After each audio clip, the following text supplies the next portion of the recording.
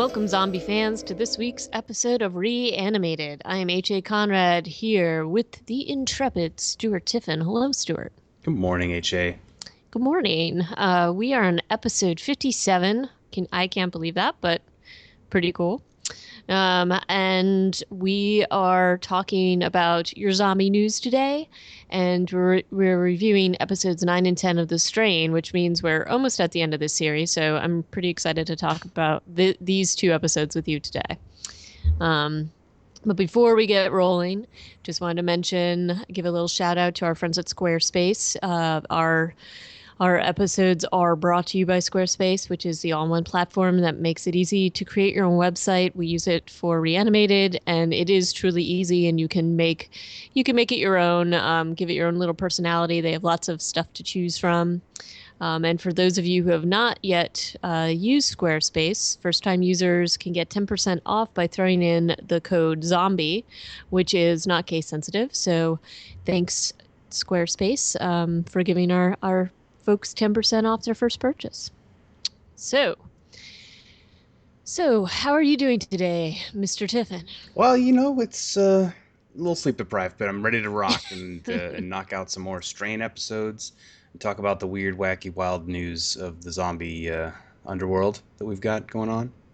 Yeah, there's always some interesting stuff in the makings. I know I have seen several different news stories about the first item up in our roster this week, which is in Lake Michigan. So what's going on there, Stuart? Well, in the icy cold waters of Lake Michigan, well, I guess it's not quite icy yet, but Halloween night, and I saw this from my Facebook feed because I have a bunch of people. I got people in Chicago, and they were all kind of talking about how bad the weather was Halloween night, and it was really windy, and the lake was like washing up over Lakeshore Drive, which is our big kind of expressway in New York parlance in Chicago along the lake. Basically, it was getting washed out in places. And as a result of the storm, a floating haunted house that was parked off of, I believe, Navy Pier or North Pier in Chicago sank under the ferocity of the storm. And as a result of a haunted house being submerged in Lake Michigan, we now have zombies turning up in the lake. And there are headlines out there like Coast Guard finds zombie in Lake Michigan. And this is going to be going on for a while because there were 50 zombie mannequins that disappeared, and they've only found, like a handful of them so far.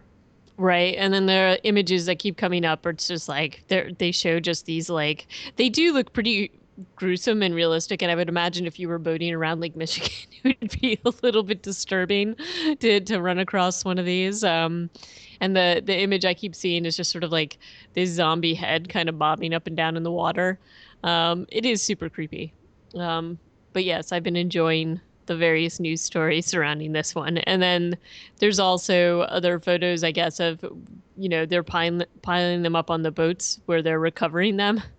And the makeup looks pretty good on them, actually.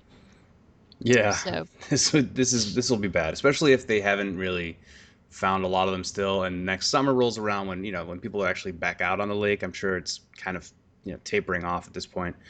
But yeah, it could get pretty ugly. well, Lake Michigan is enormous. So that's also the thing is that it's probably pretty easy to lose some of these guys in there. And maybe some of them are going to be like partially submerged. I kind of have visions of there being like sort of frozen, half frozen zombies on the edges of the lake or something like that. And as you said, in the springtime, maybe some of them washing up later. So, but this is what happens when a floating haunted house just sinks in the water. Hilarity ensues and terror, I suppose. Yeah. The next news item, I just threw this in there because basically it just made me laugh because the visual. It's an E8-9 article about Haiti's anti-zombie laws, which are actually kind of interesting that they're still on the book in Haiti, which is just a criminal code. And the law that they're talking about is Article 246. To it's basically somewhat related to the Serpent and the Rainbow and White Zombie and the stuff that happened there. It's a little bit of a link bait article. However, the photo of Bill Pullman and the sort of zombie snake are kind of funny, so that's why I put it in there. Yeah, and it is an interesting idea for an article, but I feel like if I could just be a little critical of the journalism for a second, it doesn't really go anywhere. Well, no, It's and just a look at the law in Haiti.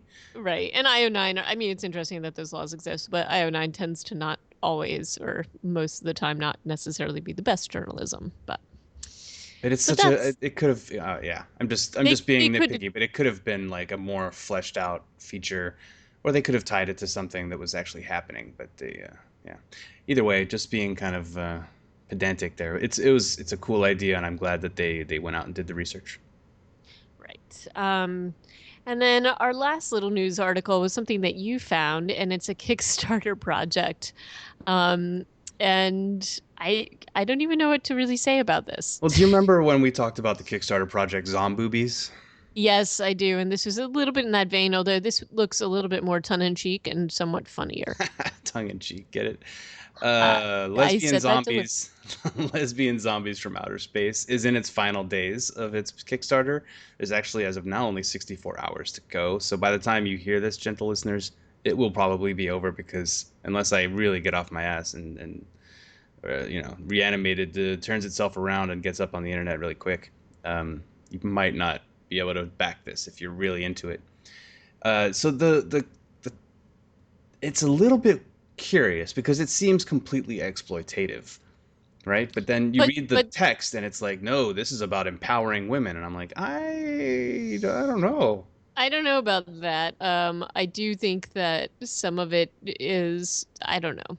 I think that they're trying to be silly about it and basically being like, we're making fun of other things that are doing this. And it's like, you're kind of being exploitative. But, you know, I think that the sense of humor about it, and actually a couple of the panels looked pretty good.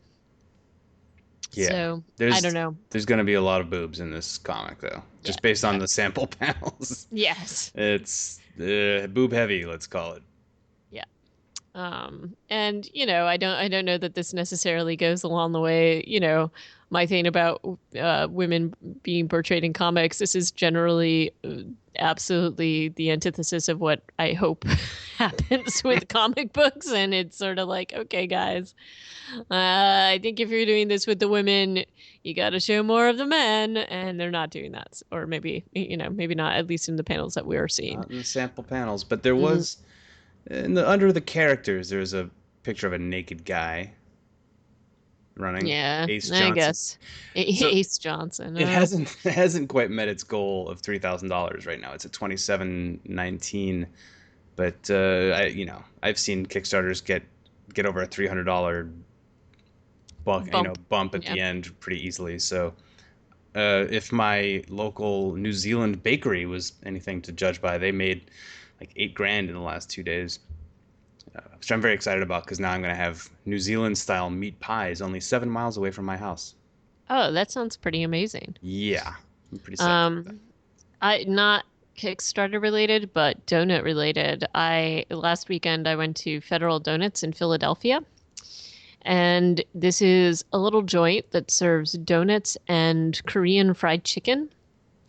And it's the donuts, they make them for you right when you order them, so they're like hot. And I just heard that they are perhaps opening up a branch in New York. And I'm thinking, this is not a good idea to have near my house. I mean, not that we're, light on donut places in New York, but places Gotta like have this. more made to order donuts around you, apparently. I guess so. What else would be at a New Zealand bakery other than the meat pies? Is there something else that is it? I'm assuming they're like lamb meat pies. There's all kinds of meat. I assume mostly lamb, though, given that there are more sheep than people in New Zealand. I honestly Is don't it know that much about it. I was just kind of I was interested by I like empanada style food, right? you Like like meat in pockets? Is meat this what in you're a telling pastry me? pocket. So like Cornish pasties in the UK. I like Oh, those are empanadas good. in Central and South America and well North America. I like samosas in India, and now so I will now go to another continent area and accept their They're meat meat, pies. meat and their taste meat offerings. Yes, Do you have to be able to identify the meat? It doesn't bother you. You're just okay as long as whatever it is in there is tasty.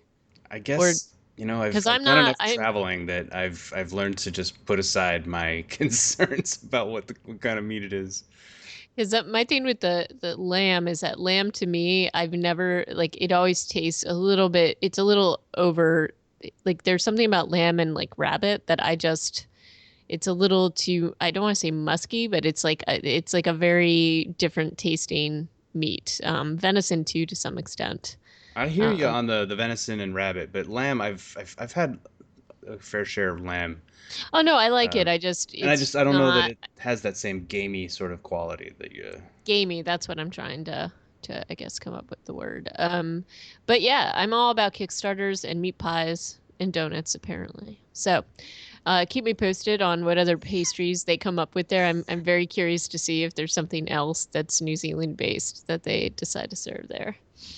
I will. Oh, And they and okay. and and we'll keep you posted on the whether the lesbian zombies from outer space comic book makes it over the $3,000 hump. Let me just tell you a couple of the different pies they make, real quick. Yes. Steak and cheese pie, for one. Okay. Um, Bacon and egg pie. Oh, so that's more like a breakfast Oh yeah, kind of thing. better believe you Okay. got breakfast pie. You got mince and cheese, which I think is either minced beef or lamb. And then you got custard squares, sausage rolls, and New Zealand donuts, which appear to be cream-filled things, which look pretty. Okay. Anyway, Well, you're gonna have to. When does this place open up? well, the Kickstarter was really just to buy their oven. I'm not even. They might be open already. I should get down there. Sweet. Well, you're gonna go down there right after this recording, I would imagine, because who wouldn't? Why not? Uh, Actually, those the meat pie description sounds like it would taste really good with a beer, oh hell yeah, yeah. right? Breakfast of champions. Um, Speaking of eating things, yes, The Disappeared, episode 9 of The Strain. that was a good lead-in. I'm impressed with that. Very smooth. Very smooth. Um, so yeah, so we're into the sort of almost at the end of this series. And this particular episode was directed by Charlotte Sealing, and the writer was Regina Corrad. And this particular episode aired on September 7th, and this past fall. However, the number of watchers went drastically down in this. Did you see that?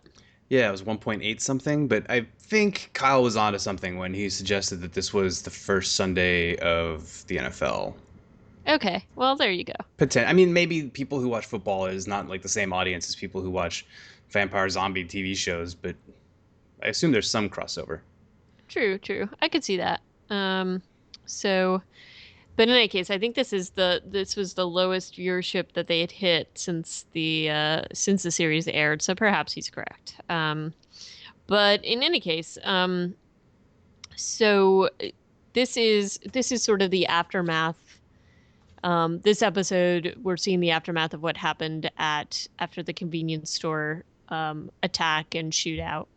Um, so there's a lot going on in this particular episode, In the and next two, honestly, right? I yeah, mean, yeah, and I will say upfront that I think I enjoyed these two episodes more than I've enjoyed most of the series, like overall.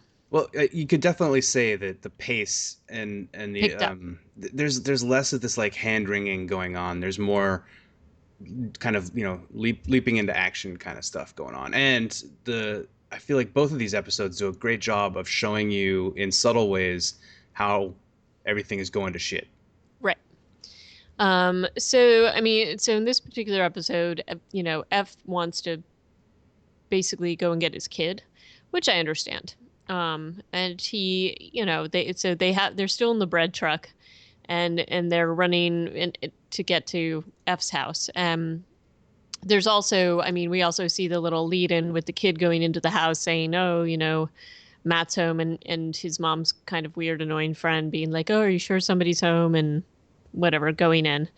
And so there's you clearly know what's going to happen here, or at least I felt like I did, um, which is a little bit different from the first book in the series, The Strain. But and part of me is sort of like laughing a little bit at this part, not laughing, but like, Matt, the boyfriend of his wife, is there, and he's totally turned, and we got the sense that he was going to turn because we saw him being attacked at the warehouse or wherever he was doing his inventory. And F comes in to save the day, and he totally attacks and kills the boyfriend in front of his son. and and it's like this whole episode, there was a lot of humor, not humor, but just sort of like, I thought, laugh out loud moments at some of the comments. So the kid doesn't really seem all that. He's just like, "Oh, you killed Matt," or he doesn't seem all that as freaked out as you would probably expect him to be. There's some explanations like shock, I guess, that you could attribute to Maybe, that, but maybe, but yeah, he takes it. later He takes it pretty well. when he's just like, mom's gonna be mad That you killed her that you boyfriend. killed her boyfriend. Like, yeah, No, mom's gonna be upset or put out or something. It was something very like low key in how he yeah. says it. But I kind of enjoyed that. And And I he, I don't know, like I feel like child actors are given a really tough job, and but this kid is doing a pretty good job. He's doing he's putting a lot of effort into it. And honestly, I feel like I find his reactions mostly believable. I guess this is the first time that I've been like, maybe you should be a little more shell shocked than because he's a little too perky, maybe. he's a little perky and like matter of fact, and just kind of accepts everything as it is. Although, I mean, I will say he's kind of like, yeah, Matt thought you telling us to leave town was stupid, and clearly it was not. And so basically, a lot of the stuff that his dad said has been shown to be correct, and that Matt should have been listening to that. So I think that that's part of it too, is that he's just like, okay, Dad was right about X, Y, and Z, so I'm gonna pretty much take whatever he says at face value. Which means hanging out with this old weird German dude, and the this rat catcher Fed. I just been, it's all right. I'm just gonna go with these people, no problem. He does kind of get Um, foisted off on a bunch of strangers immediately. Like the and two he's people he knows are like, we have to stay here, right, just to burn the body. Like, right. why did they even have to? Why couldn't they just do it in 5 minutes and then get in the truck with everybody and just go? Well, because clearly they had other plans. And then this is the other, I don't want to say hilarious part of it, but it was kind of hilarious. Oh, I should also mention, before going forward, that one of the stars of this episode is F's wig. Oh yeah, Once of again, course, I yeah. mean, it's pretty brilliant. Like when he's taking down Matt, the I feel wig's like it going moves crazy. forward 3 inches on his head or something. It does. And then of course, that F and Nora, after having disposed of the body, or starting to wrap up the body, um, they do what any couple would do in faced with this situation. They just go at it in his ex-wife's bedroom and have sex. Yeah, the timing is very questionable. Yes, but they're in and then like they're kind of taking their time all doing this, and then Satrakian's trying to tell the kid, yeah, he has some really important things to do, and that was like immediately after. It was nice editing there. um and I was laughing out loud. And there's a lot of things that come forth in this episode, or a lot of pieces of the story that they move along in this episode. So we're wondering whether Kelly is infected, because that's clearly, if Matt's there in the house, where's Kelly? Because it looks like there has been a struggle before the kid comes in, before Zach comes in. So there's that going on. We also have a few mentions and things going on with Dutch, where she's realizing which part that her part has contributed to all of this. That she has basically brought down the communication, so a lot of the chaos that they're seeing around the city and a lot of the danger that they are in, she has been helping this along, and tells Satrakian and tells Fett what she's done. So there's that piece of the story. And then there's also a little, we're seeing what's going on with Gus and Felix. And Felix is not feeling very well. So they're trying to move along these storylines that we've seen a little bit of, but they're moving them along pretty quickly. Um, so I felt like the pacing of this was much it just felt a lot more normal to me. It did not feel like it was dragging at all, and I was excited to see what happened next. Yeah. Some of the stuff that was still a little bit, I guess, understandable, but a little bit difficult to watch. Not really, but I don't know what adjective I'm looking for. It's Nora and Fett when they're at Kelly's house are talking about how he shouldn't have been the one that killed Jim because he should have been killed by someone who loved him. Is her argument? Like that wasn't your decision to make, and there's some pretty harsh words exchanged considering they've only met like 12 hours prior. And she basically is like, I can't teach you how to be a human being, and something about eat your baloney. Did you Yeah, I catch don't that know. line? Yeah, I did too, but I also was wondering whether she said baloney or whatever. And you know what? This is the thing, though. I found, like, again, that piece, I was going to ignore it just because I like this episode more than I Yeah. had others. But, I just don't buy some of this behavior from her because, again, she's had more information than other people, although clearly they're trying to make it as if she is more bothered by a lot of this stuff than some of the others. And then, in terms of what happened at the gas station, nobody was moving, and their friend was begging to die. So I feel like Fett did what he had to do, not just for the group, but also for Jim Kent. Yeah. So I I guess just, they couldn't just leave it with her being really upset at the gas station and then right, never talk about it again. right. But as we spoke about last week, F and Nora's kind of stubborn like lack of desire to just kind of accept what's going on is, yeah, it's slowing everything down. And I guess yeah, there's some realism things that they're trying to deal with as well as moving the story forward.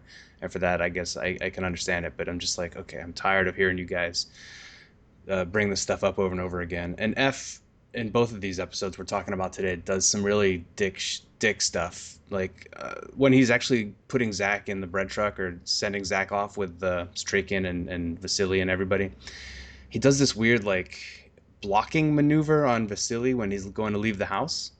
Yeah, that was kind of weird. And there's no explanation for it. He doesn't follow through. He just kind of like steps into his way and gives him like a menacing look and then steps away again. Like, there's no explanation for why he's doing that, It's other a than I guess you're figuring that he's still pissed at him about Jim Kent. I It don't was, know. yeah, I assume that's what it is too, but it was like very deliberately choreographed, but I have no idea what It it was. was, and also his wig was going crazy in that moment too. So, Moment. clearly it was an emotional moment for him because the wig was reacting with the best that it could Yeah. muster.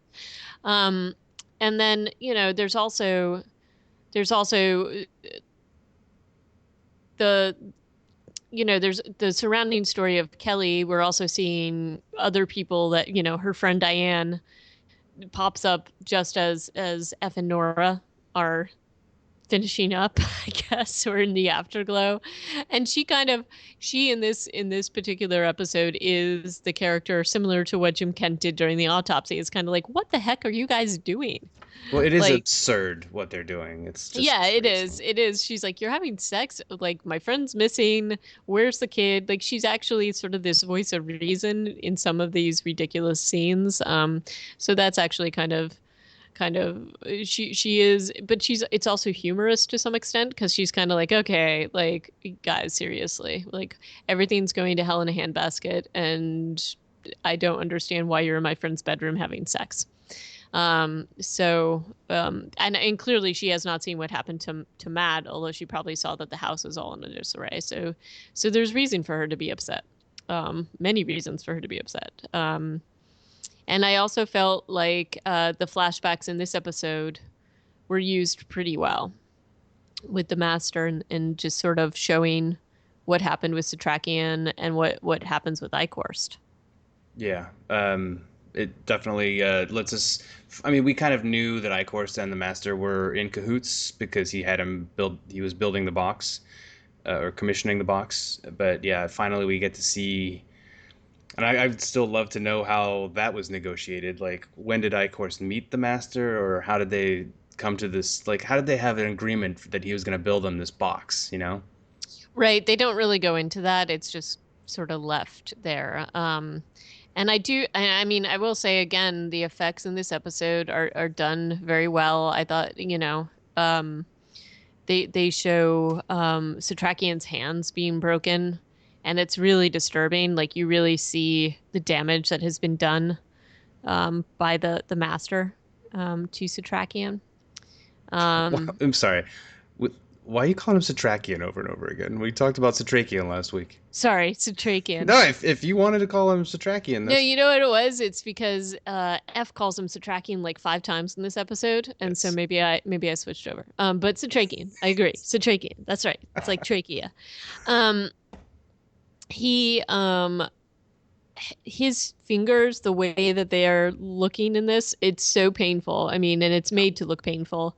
I wonder if And there's I think prosthetic involved, actually. Like, I think there had to have been or something because it's so twisted and it's a very upsetting thing because he's clear. I mean, he's a carpenter, and you understand even before they go there in this episode that this means that he's no longer useful in the camp.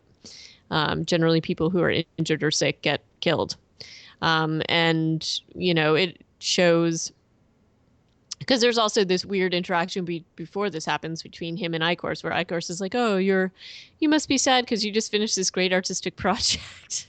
And like you don't know whether you're going to be able to succeed, and this is where we know that the box has been finished, because that's basically what Icorst has said. hmm So there's that piece of it. And then with Felix and Gus, the effects, we've seen this before. We've seen people be infected. We know it's not going to go well. Although I have to say, Felix, after seeing what he has seen thus far, him being as close to Felix in this episode, I thought was a little bit weird, like physically close to him. Um, I just think, sorry, Gus being as close to Felix in this I mean, episode he's is kind been of, yeah, he's seen fully turned vampires, but he hasn't seen someone go I through it guess. like this. I guess Yeah, I guess maybe I he assume that doesn't. the next time he sees somebody showing symptoms, he's not going to be quite so But he's welcoming. pretty, I mean, he's pretty cozy. He's supporting him and whatever. And the effects of when it's actually a pretty amazing scene because the prison guards won't look at Felix or help him or give him a doctor, so they basically say a doctor will chuck him out of Rikers, and they all get into the prison transport van. And I thought that this scene was very well done with the effects, because Felix fully turns and just starts attacking people, and it's kind of a you don't I wasn't really expecting it to happen that quickly, I guess, how it did. Yeah, And well, yeah. he did you I knew it would probably happen in the van. I just didn't quite expect it at the moment that it happened. Well, it's crazy and it's different that this is a guy who has never been kind of like off by himself like most other vampires. Right. Or they go into a closet and shut the door and come out like it's their cocoon, and they come out and they're turned. He kind of turns basically gradually because he's in that holding cell for who knows how long. Hmm. Yeah, and it's just odd that suddenly like he's gonna start attacking people, and he's never kind of gotten a chance to go off and be by himself. So Right. that's a little bit surprising, but I think it's awesome too that he could just turn in front of people and they wouldn't even, because he still basically looks like himself, just a really sick version of himself. Right. But the way that they use the effect here with the crazy thing coming out of his mouth, and it hmm just is like it's pretty far reaching. Like he reaches all the way across the whole van and gets this guy, and then immediately attacks the driver of the van through the window, which is pretty cool. So I thought that they used that pretty. I thought they used the effects here really well, and the horror that Gus is sitting like well down from him and is just like looks horrified. Like I just can't even believe that this is happening. Yeah, Um, so I thought that was good. the fact that he But freaking shoots Felix in the head yeah, and yeah, kills him, and yep. that represent that obviously displays to us kind of a Vasily-esque willingness to do what needs to be done, despite the fact that that's his best friend. Well, right. It's his best friend. He's known him growing up. And it's interesting, I think, because he does this with his best friend, what F and Nora are unwilling to do with Jim. Like this is granted he is being attacked, and so all that plays into it, but And he's more this of a is man of some, action. Like he's kind of I a guess, tough guy. right. But he just pretty much takes care of business. But I mean, he's upset about it clearly, but he does what needs to be done so that he gets out of that situation. Yeah. Um, and then, the other piece of this episode where I don't know how you feel about it, but this is an episode where we actually see the master's face. Yeah. And I have to tell you, I think the master was a lot scarier without seeing the face. Yeah, he looks like a Muppet. Yeah, like why did they do this? This just didn't make any sense to me. And we finally get to see the moment when Icor's gets turned, and that it's a different kind of turning, I think. And in some ways, it doesn't completely answer my questions, but at least it shows that he turned him specifically. There was an agreement between them, between Icor's and the master. And there was some sort of a preparation, like Icor's basically is saying, I'm ready to do this," and the master's like, "Oh, well, all right then." And it's kind of disgusting. His fingernails are pretty gross, but Mhm. because that's how he cuts Icor's and lets the bloodworm in. But it's at least closing that loop, explaining how Icor's was brought into this and why he's still around. Yeah. And so there's Um, no frog tongue involved in Icor's turning, which is I think the first, other than in episode 8, that's the first time we kind of, and for Felix I guess it's the first time we see how it's a different, yeah, like you said, different method. But I don't know, like, can it be so different? I assume that the master psychically controls all of his vampires and can determine which ones he wants to grant certain powers to. I thought that was kind of the differentiation between them, like right, for the Ichors of the world versus the right. Felixes. But the method of transmission is just opening a vein and letting a worm in, and that's no different, like I said, than Kelly or Felix in this case. That's true. That's true. So I guess you're right. It has to be some decision he's made in terms of what he wants to grant them. And also just I went ahead a little bit, but this also explains how Satrakian is still alive today because basically after his fingers were all crushed, he is sent by Icors to die into a pit. Like he's sent to be shot. And this is And the like the as far as flashbacks go, this is the book. Like he's like, yeah, I mhm, went to the concentration camp, where I was a woodworker, and then I was going to be put in a pit and shot, and then there was an attack, and I got to escape. Like that's in a way, right. if you could just ignore every other part of the concentration camp flashback, then we're back to like, okay, yeah, this is how it went down. Right. Um, and he's helped by others to get out of there. Like he doesn't get out entirely by himself because his hands are totally just smashed. I thought that was So, nice that people were, yeah, he was like first one guy like stretches out his or like tries to fix his fingers, set them again, yep, and then the other like three guys help him over the wall. I thought that was really right. cool to show that these guys were not all like every man for himself. Right. And then this is basically the episode where you see both Icorst and Satrakian sort of those origin stories are they close it out or at least close it out. I think answer a lot of the questions that we've been having. Yeah, So that was so this all in all, I thought that this was a good episode, moving along a lot of different things, both with the flashbacks as well as in the current timeline. before we Um, leave this episode, what did you think of the line when Diane is giving F a whole bunch of shit for having sex with Nora in the house, and he's like, "Look, I love my wife. She's the mother of my son," and Nora looks at him and is obviously hurt by this.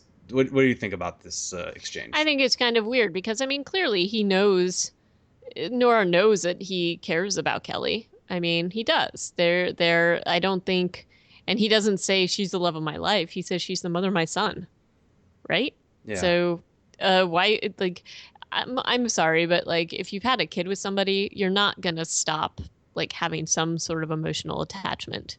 And clearly, clearly Kelly and Ev have a lot of conflict, but also that conflict is related to the strong feelings that they both still have for each other. Otherwise, they wouldn't even care. So I think Nora just, unfortunately, she's not nearly as cool in this series as she is in the books. Because in the book, she's a little bit more understanding of that. She gets it. And like, I just feel like they're making her like just a very like a trope that that is an unfortunate trope of They're the yeah, they're making her seem kind of more like the other woman as opposed yeah. to as their own romance, which I mean, there's granted there's baggage left over from his marriage, but they were never like cheating. They were never an illicit No. relationship. They've been on the level the whole time, and so it's a little Well, it's weird also that weird. It's also weird because Dan's like, "Oh, I all know all about you," and all this stuff, and is implying it's like, well, okay, the people are divorced or they're separated or yeah. whatever, and she and Kelly's with somebody else. So why do you even care what if F is doing with anybody else? I mean, granted, they're in Kelly's bedroom and all that, but yeah, you're right. They're putting Nora into the sort of the other woman position, and she's not. So I don't understand why the treatment of her character is this way, but yeah. Yeah. So Um, episode that was episode 9, the disappeared, and I guess we're they're calling it that because Kelly's gone and they're having this realization, kinda, and Matt is mhm. back. I guess I don't know. Um, and then episode 10 is Loved Ones, directed by John Dahl, written by Jennifer Hutchinson with a G, and it aired in September 14th, and the audience was bumped up to 2.22 million, according to Yeah. So, Wikipedia anyway.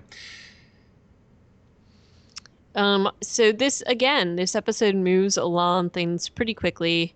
Um, this is continuing the theme where Kelly is still missing. So F is basically telling his son Zach that that's what he needs to do is he needs to find her, and he's promised him that he will find her.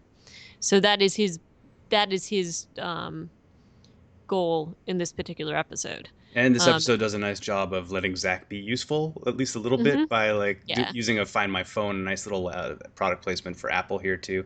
He does a Find My Phone search in Safari of all the browsers and finds his mom's phone, and it appears to be moving. And like obviously they're still kind of getting around, hurdling that whole Wi-Fi and internet and cell phone thing that they were saying right. it was a big wasn't working.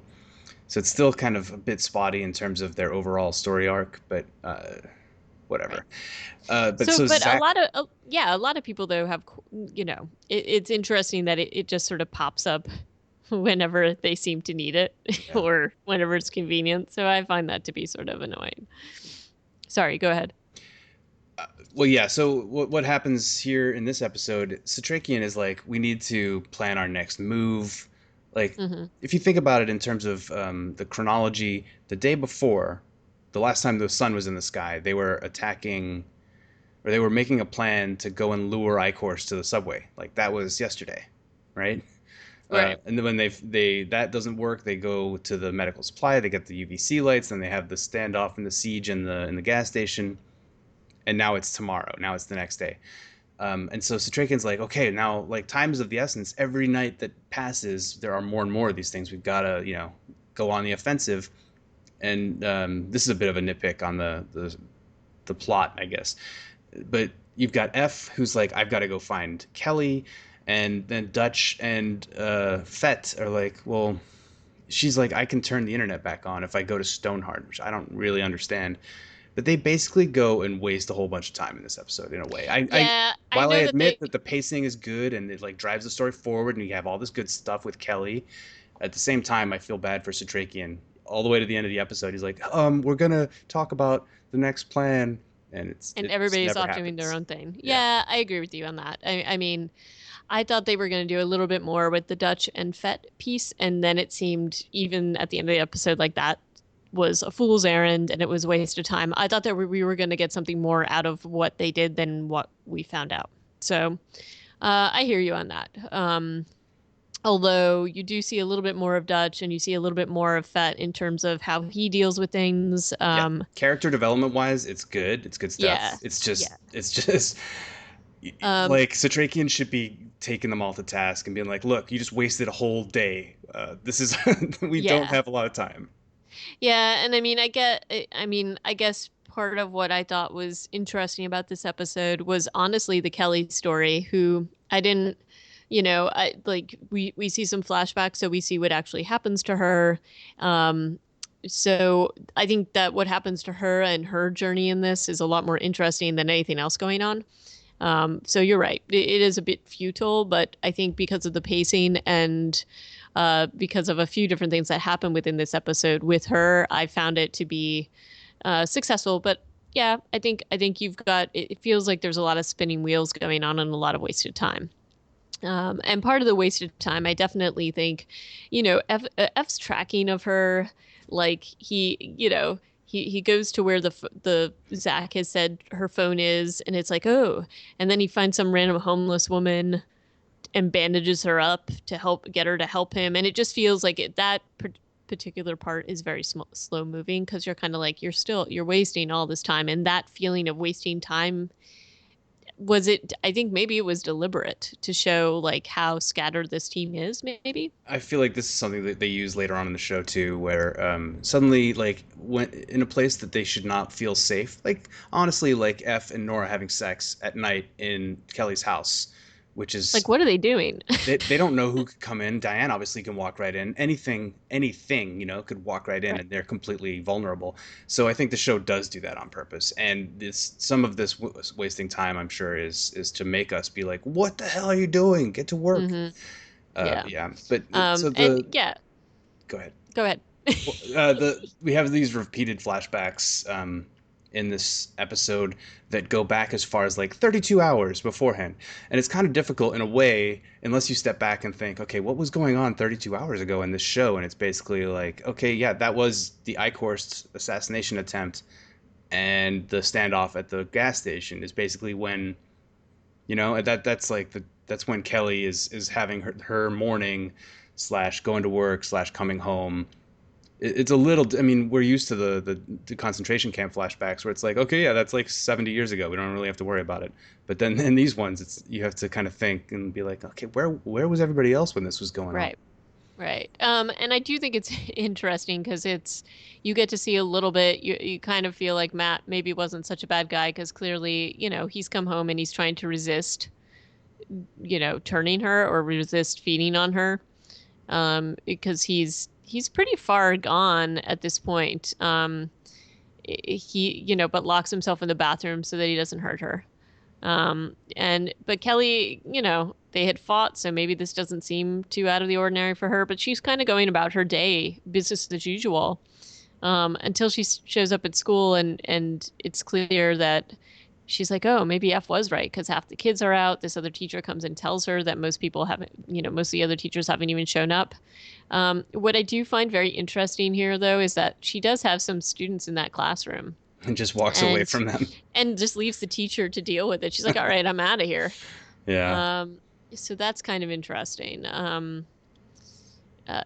so I do think that the scene between her and Matt, like that fight, is super disturbing. And I think that that's the visual that they used in all the ads that got them in trouble. Oh yeah, because of the whole eyeball thing. Yeah, so she comes home. Matt's fully turned at this point and attacks her. Like he's no longer holding off, and he looks disturbing. She's like, "Oh, I guess you have the virus," and they fight it out. And then one of the bloodworms, like pretty much just, it was so disgusting. I had to actually turn away because I couldn't look at it because it was really upsetting to look at. It's bad. Yeah, and it goes into her, and so she's clearly infected. So. So a lot of this episode, we're seeing it through this flashback of Kelly just sort of retracing her path, and she's turning over the course of this episode while everybody else is turning their wheels. And that was a really effect. Like she drives off in her car and then kind of passes out Mhm. for a while, and when she wakes up from that, I love the acting job here because you can just feel palpably how much pain this woman is in. Like her Right. throat and everything about her is just sucks. It sucks, and she does. I mean, I thought that this actress did a great job. The actress who plays Kelly, she really, and even like her movements, how she's moving throughout this episode, and how it like basically her ability to physically walk around gets more and more sort of like jerky and not natural looking. Um, I thought, and just even in how she's interacting with other people, like she's kind of going through the motions like we've seen other people do with their loved ones and doing what they're supposed to be doing. But, she has a goal. She's looking for her son. So when she goes to the school, the administrator is kind of like, whoa, you're definitely not right. But she's trying really hard because like she's lost sense of time. She doesn't even know that it's like nighttime when she's trying to pick her son up from the school that hours and hours before. So I thought that she did a great job. Um, and watching like sort of her personal infection, like the timeline of her infection was super interesting. Yeah. Because she's noticing the other people that are infected. She sees them, but she doesn't really. She's kind of like, oh yeah, that's weird, but she doesn't react like a normal human would at this point because she's also infected. Right. And we're gonna put a link into the show notes for this episode, the interviews with Natalie Brown, who plays Kelly in The Strain, and it shows a little bit about the behind the scenes and the vamp camp that she attends and the other actors attend to that gives them that great movement and shows the progression of the virus in The Strain. So there are some spoilers in here, but we'll throw that in for you guys to look at and move on from there. They all do. All the vampires seem to have been trained by a choreographer, as is explained in this video, and based on like the very thoughtful way they're kind of going about it. What do you think about the vamp camp? Oh, I mean, I think that's what they have to do, and I really like how close like that they have ideas about what the different stages look like and why. I will say if you haven't read the books and if you're still sort of looking at the series, this has spoilers that talk about the end of the series. So, heads up there. But I like how Natalie Brown is being trained to think about this. Like, um, part of what they're saying is that some of the involuntary movements have to do with the fact that the bloodworms are moving around and how to make those movements look like it's not the person controlling their movements anymore, that there's something else going on, like that they are infected with this parasite. And I think that she does a very good job. Part of me was wondering also whether they had sped up the film a little bit to make her look even more jerky. Did you get that sense? I think, yeah, I get where you're getting that sense, but I think it's actually just them Just doing. her.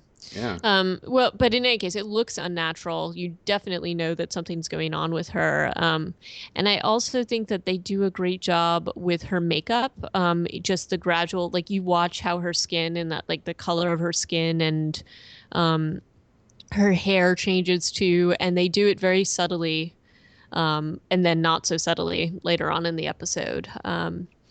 And there is she reaches the end of her journey eventually by going down into the subway and actually meeting the master, and apparently she's been chosen by the master. I'm not sure yet if it's going to be similar to Eichhorst, but he's definitely got plans for her specifically, Yeah. probably because of her connection with F and Satrakian. So I think she's the most interesting part of this episode.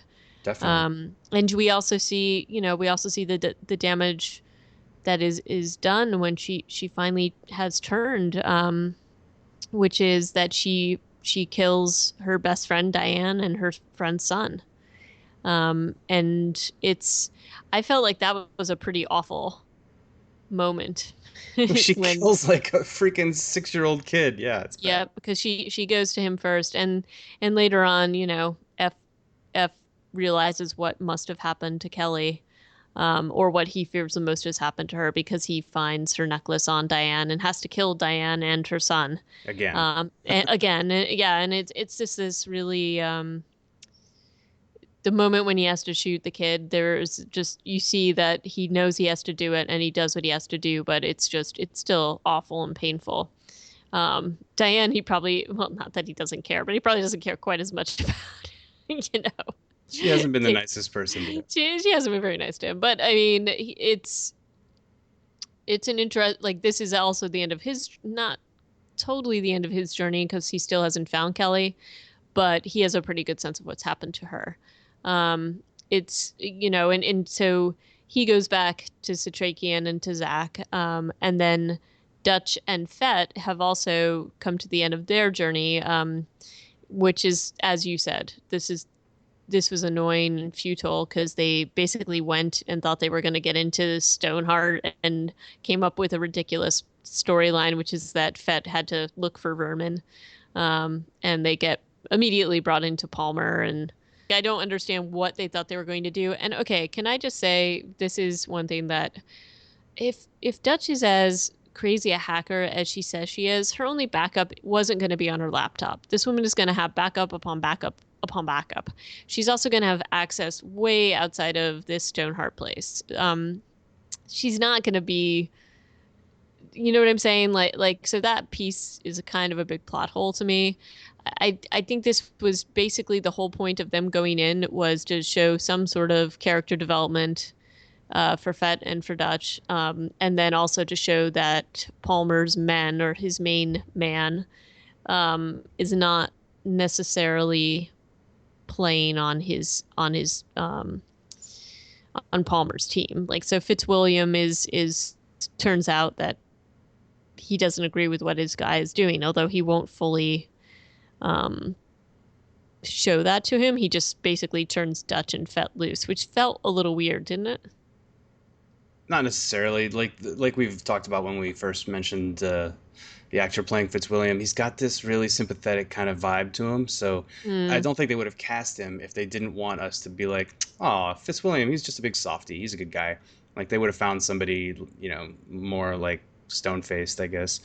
The deal that I don't get with this, the way this little story arc goes, is I don't understand why Palmer would ever even admit Dutch Velders back into his presence. Like, there's no need yeah. for him to have a conversation with her. Just because she shows up at his office, he's like, okay, bring her to me, and I will tell her that What? even though Yeah. she hates me, I think she's done a good job, but that she's also insignificant. Like, what? Yeah, No, this doesn't it matter, just dude. seemed strange. I agree with you. And He's I like a just, playmaker. He doesn't need to have conversations with people, and he's also like recovering from a freaking organ transplant. Like, dude, right. just chill. You don't need to talk to her. I think he Just would have just had Fitzwilliam deal with them. yeah, like They would okay, have take just them both been out like, back and shoot them, and we'll call it a day. right. But that's not what happened. So I don't know why they did that. And, so basically back at the ranch, everybody shows up back home. So F's back, Dutch is back, Fett is back. And, I mean, basically F lets Nora kind of know what he thinks has happened to Kelly, but he doesn't really tell Zach the truth or doesn't tell Zach what he suspects, which I would imagine is a pretty hard conversation. And then, Fett and Dutch is like, I got to get out of here. And I don't really understand why she's. Well, it's doesn't. This is another element of F just being a dick for no reason. He's the only one in this group who doesn't know that Dutch is the one who shut down communications at this point. Right. He'd already left. But so he has no reason to be a complete asshole to her. But when she No, says, "Oh, no luck finding the wife," then she's a little bit flip about it, but not enough for him to be like, "Why are you here?